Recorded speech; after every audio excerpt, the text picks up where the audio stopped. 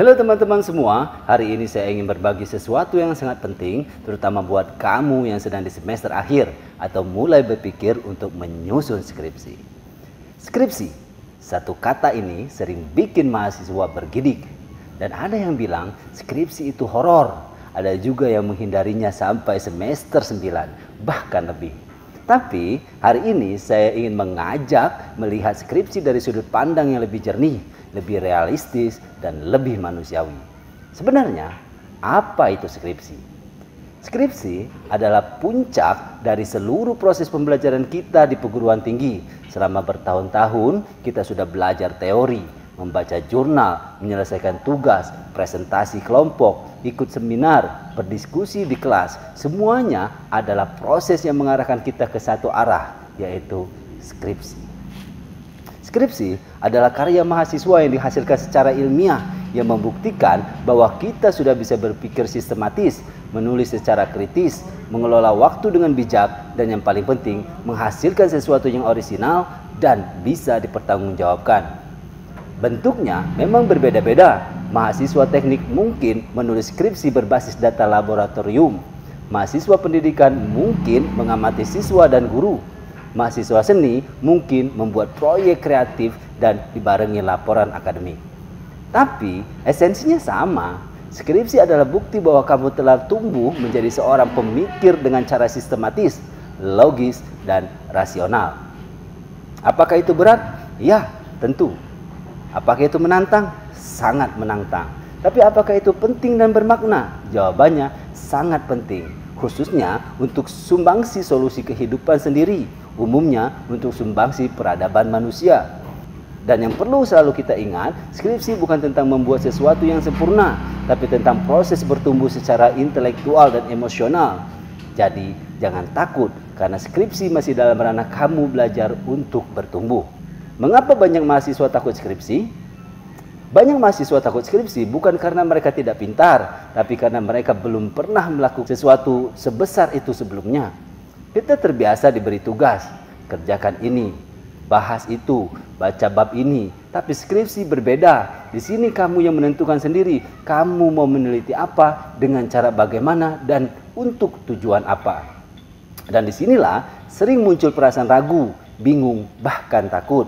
Belum lagi kalau sudah dengar cerita dari senior yang revisinya sampai 10 kali, atau penguji killer, atau dosen pembimbing yang susah ditemui. Tapi ketakutan itu sebenarnya bisa dikelola. Caranya dengan pahami dulu apa yang perlu kamu siapkan sebelum kamu mulai menulis skripsi. Dan ini yang akan kita bahas sekarang. Hal-hal yang harus dipahami sebelum menulis skripsi. Pertama, kamu perlu benar-benar memahami apa itu skripsi. Skripsi adalah penelitian ilmiah. Artinya, kamu tidak sedang menulis opini, kamu juga bukan sedang bercerita. Yang kamu lakukan adalah mengangkat sebuah masalah nyata, lalu mencoba menjawabnya melalui metode ilmiah. Jadi, kamu harus bisa merumuskan masalah penelitian secara jelas.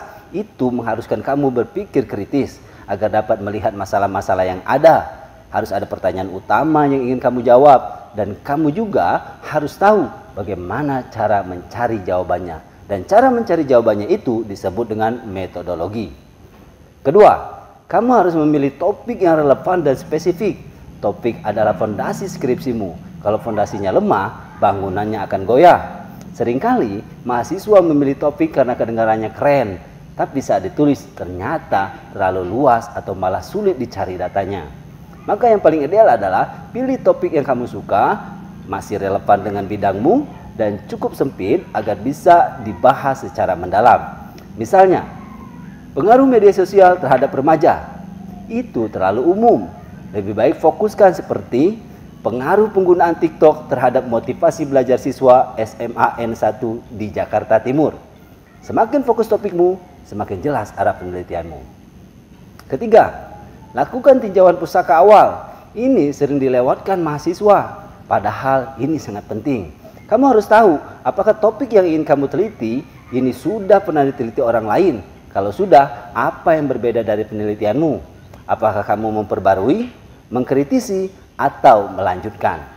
Dengan membaca jurnal dan skripsi terdahulu, kamu bisa memahami posisi penelitianmu. Jangan takut membaca banyak, karena ini akan membantumu menghindari duplikasi dan menemukan celah penelitian. Jadi, setelah menentukan tema, perbanyak membaca agar kamu menemukan celah penelitianmu. Keempat, kamu harus tahu struktur skripsi dan aturan penulisannya. Setiap kampus punya panduan penulisan skripsi. Jangan abaikan, baca dengan teliti. Biasanya, struktur skripsi terdiri dari bab pendahuluan yang berisi latar belakang, rumusan masalah, dan tujuan. Kedua, bab tinjauan pustaka, membahas teori dan penelitian sebelumnya. Ketiga, bab metode yang menjelaskan pendekatan penelitianmu.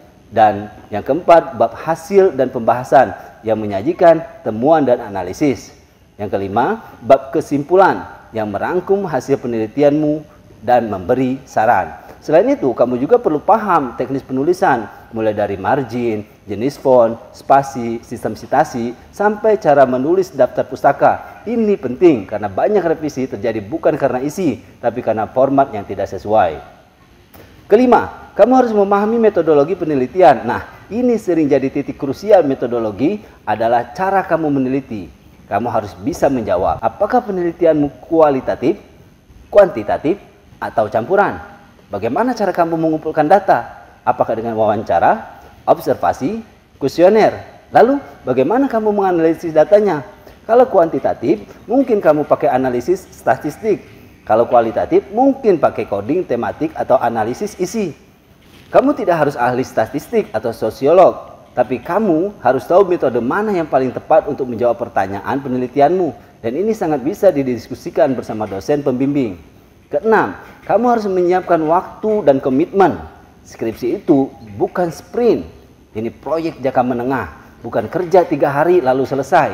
Ini butuh minggu demi minggu yang konsisten. Buat jadwal. Tetapkan target realistis, misalnya 1 minggu menyelesaikan 1 subbab. Yang penting bukan cepat, tapi terus bergerak maju.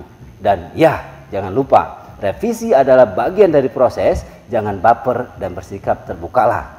Ketujuh, pahami peran dosen pembimbing. Dosen pembimbing bukan musuh, mereka bukan polisi skripsi. Mereka adalah mentor. Mereka memberi kritik karena mereka ingin kamu menghasilkan skripsi yang baik. Yang penting adalah bangun komunikasi yang sehat dengan dosen pembimbing. Cobalah untuk menghargai waktu mereka, hadir tepat waktu saat bimbingan, dan jangan takut bertanya. Dan tidak kalah penting juga, kenali gaya bimbingannya. Ada dosen yang tegas dan cepat, ada yang detail dan lambat. Menyesuaikan diri dengan gaya mereka akan membantu prosesmu lebih lancar. Dan terakhir, siapkan mental dan emosi. Skripsi bisa bikin kita merasa kecil, merasa bodoh, merasa tidak mampu. Akan ada momen di mana kamu merasa stuck, tidak tahu harus menulis apa, atau malah ingin menyerah. Tapi saya ingin bilang, itu normal. Semua mahasiswa mengalami itu. Bahkan yang sekarang sudah lulus pun pernah mengalaminya. Yang penting adalah tetap jalan, sekecil apapun langkahmu hari ini, itu tetap kemajuan.